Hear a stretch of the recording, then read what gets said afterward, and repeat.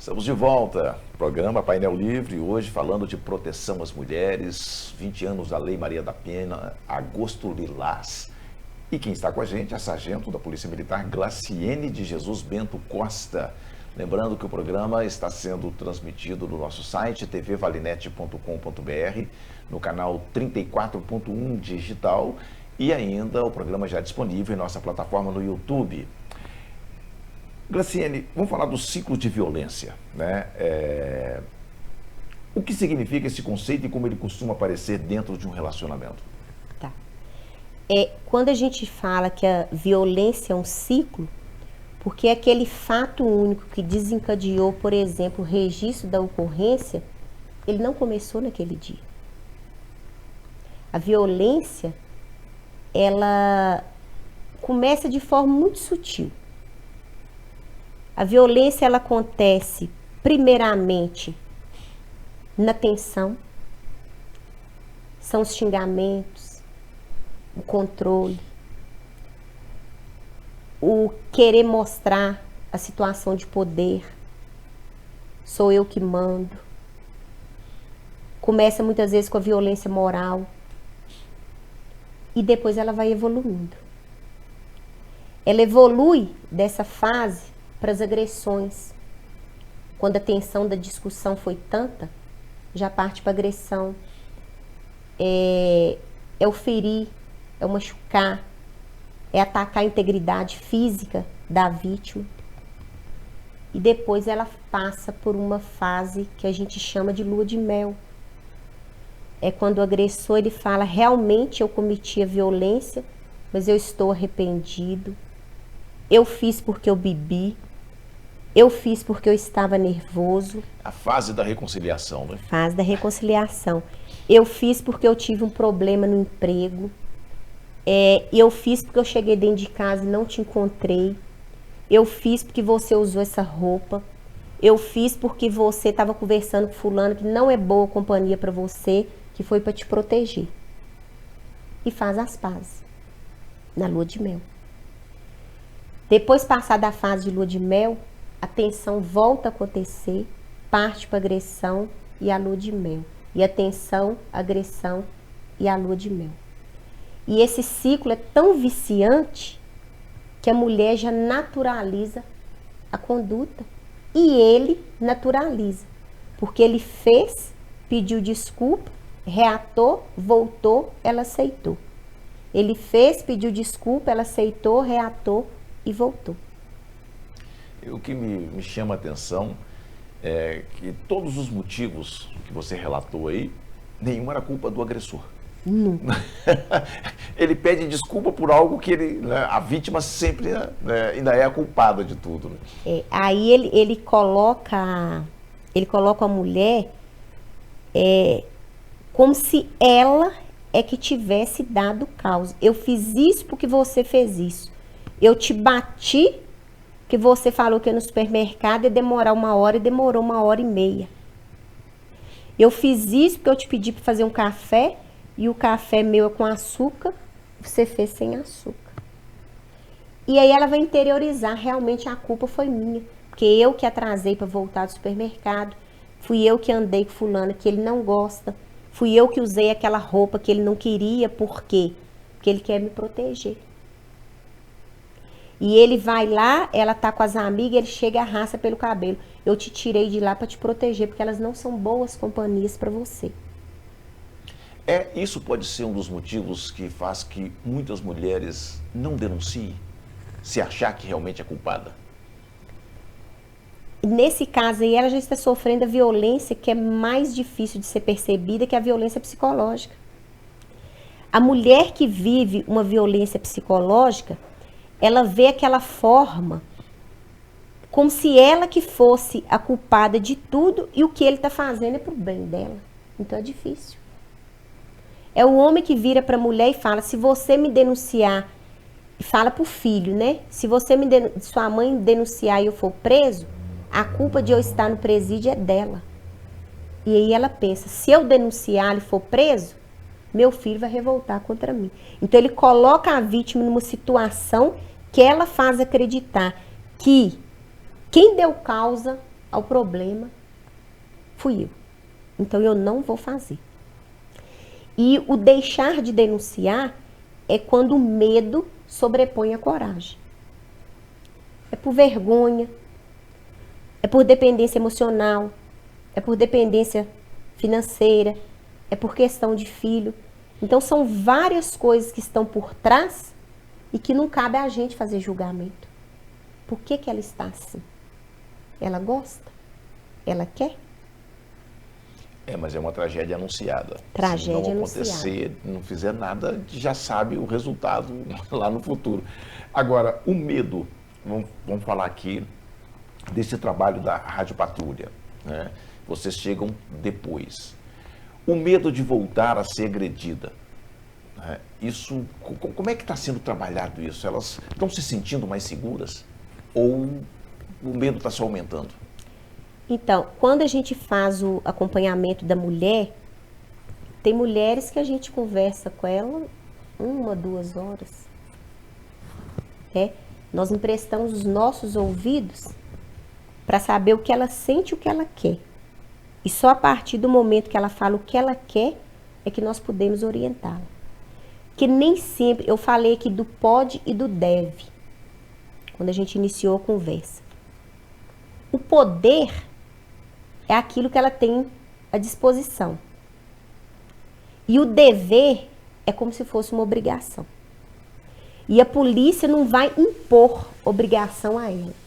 Vai falar com ela do que ela deve, do que ela pode fazer e não do que deve. Porque o dever é ela que vai escolher. E para romper o medo que elas têm, porque tem casos que a gente atende, que às vezes a mulher está dormindo, ele entra, já quebra a porta, rompe a fechadura e entra e faz e acontece. E tem mulheres que já dormem com arma debaixo do colchão. A arma que fala arma branca, né? Que elas falam, é um pedaço de pau, uma forma às vezes para tentar se defender. Por quê? Porque ela tem medo. Mas ela tem medo, mas ela teve a coragem e fez a denúncia. E aí o que acontece? Com uma medida protetiva que ela tem, que no caso de descumprimento ele pode ser preso, isso aí pode fazer com que ele afaste. Mas o mais interessante não é nem questão judicial, é ele entender que o não dela é obrigação dele respeitar. Se eu não quero, eu não quero. E como que é essa abordagem com o agressor da Rádio Patrulha? Tá. Porque eu fico imaginando assim, ele está dentro de casa, todo poderoso, todo forte, aí quando vocês chegam, eu imagino que a coisa deve ser bem diferente. Assim, nos casos que a gente tem acompanhado, os homens, eles têm sido muito receptivos, na verdade. Eu acho porque o calor da discussão e do problema já passou e nós vamos lá no pós. Então, no pós pode ser que ele já esteja com a cabeça mais no lugar, já tenha condição de escutar, porque naquele momento, principalmente se ele foi preso, às vezes ele revidou, a polícia precisou usar de uma força necessária para fazer a condução, ele ficou ali, né? Ficou nervoso, alterado. E depois ele já está mais com a cabeça no lugar, ele já consegue conversar e nos ouvir e fala, realmente o que eu fiz é errado. Eu entrei dentro de casa, eu quebrei a porta, mas eu quero responder pelo que eu fiz. Outra coisa, ele fala, não, mas eu fiz isso porque eu ainda gosto dela. E eu não aceitei ela estar na rua e eu acho que o que eu fiz foi para proteger meu filho. Ou foi para protegê-lo? Aí você tem que mostrar para ele que não. Que a forma de proteção não é essa. Que ele não deve fazer dessa forma. E apresenta também os tipos de violência que ele não entende que são violência. Eu não encostei nela. Eu só quebrei a porta e o telefone. Mas eu te bati? Não. E a gente mostra para ele e ele entende. Então, geralmente, eles são receptivos. Outros, eles só escutam. Você entendeu? Entendi. Sabe que não pode? Sei. Mas não quer comentar nada. Então, cada um tem um jeito de nos recepcionar. Mas até hoje, nós nunca tivemos problemas com o agressor. Deixa eu voltar aqui no antes da Rádio Patrulha. No momento da agressão ou da iminência de uma agressão, o que deve ser feito? Isso. Aconteceu o fato, estar ligando 190. Muitas mulheres às vezes não têm nem condição de ligar, né? Às vezes tomam o aparelho celular, mas nada impede que o fato aconteceu hoje, ela não teve condição de estar ligando, ela pode procurar a delegacia especializada de atendimento à mulher. Que às vezes naquele dia, ela nem pensou, não deu para chamar a polícia, eu não fiz. E abafa aquele caso, ela não deve abafar. Ela deve caminhar, ela deve ir além. E o ir além é estar procurando quem pode fazer alguma coisa por ela. Bom, então vamos lá para uma outra situação. Ela abafa, ela não quer chamar. O que deve fazer quem está presenciando? Isso. A pessoa não precisa se identificar, né? Ela pode estar ligando 181, que é um canal de denúncia, ou no Disque 180 também, e está passando o endereço, a qualificação, para a polícia receber essa denúncia e estar fazendo essa apuração. Porque às vezes é o medo, que nós falamos anteriormente, que não deixa nem com que ela saia de casa para poder fazer. E aí entra lá no que a gente falou de marido e mulher, não mete a colher. Tem que meter a colher. Porque ali pode estar possivelmente uma vítima de um feminicídio. E ela morreu por quê? Porque ela não tomou providência nenhuma e quando ela gritou, ninguém fez nada. Bom, o papo é ótimo, o assunto é vasto, mas o tempo, tanto é que passa rápido. Passa rápido, é. Que mensagem você deixaria para as mulheres nesse mês, né, de combate do Agosto Lilás? A mensagem que eu deixo para as mulheres é o seguinte, para elas não viverem em situação de violência, elas têm que denunciar, elas têm que fazer a vontade delas valer. Enquanto aquela mulher ela vive naquela situação que ela está abraçando e deixando com ela está se tornando uma pessoa doente, possivelmente uma pessoa depressiva, que pode morrer ou pelas mãos dele ou pela doença que ela está gerando dentro de si.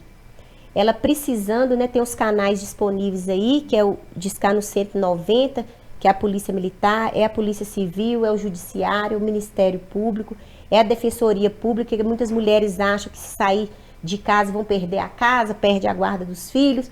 Elas têm que ser muito bem orientadas contra isso, porque elas não vão perder, elas têm direito e têm que procurar e criar coragem.